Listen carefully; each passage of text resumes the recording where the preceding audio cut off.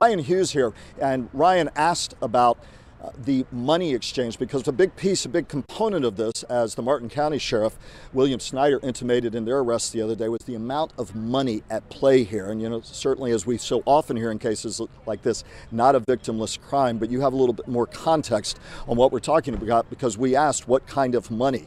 How did people on this list today alone, let me stress that, today alone, a list from Jupiter PD of 25 alleged Johns, including Robert Kraft, how did they pay for their services? Not yet clear. We hope to find out that information as we see more in the information being filed by the state attorney. But Ryan, what are you learning? Well, you asked that question. Did he pay with cash? Did he pay by credit card? And the chief was not able to answer that part of the question, but he did not split hairs in any way. He said that he was here on at least, we're talking about Robert Kraft, here on at least 2 different occasions. And they talked about a certain fee for these type of alleged services. It said for a half an hour, it would charge $59, and for an hour, the fee would be $79. As you mentioned, Mr. Kraft allegedly caught on video inside the spa on more than one occasion. On at least one occasion, he was driven to the spa, the chief mentioned. And just from covering the press conference yesterday up in Indian River County, the chief of police up there mentioned that, in the matter of a couple of weeks,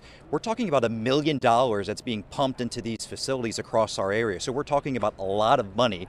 And a lot of these masseuses that are coming from out of the country, they're recruited here.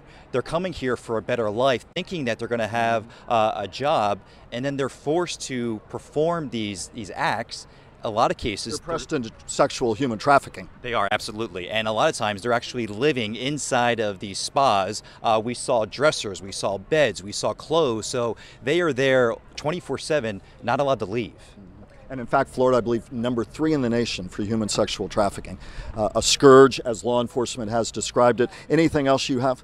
No, and just he said he's going to be charged with 2 counts. The exact count he mentioned was soliciting another to commit prostitution. As you mentioned, his main residence in Massachusetts, but the lead detective saying that there will be an active warrant here in Palm Beach County for Mr. Kraft.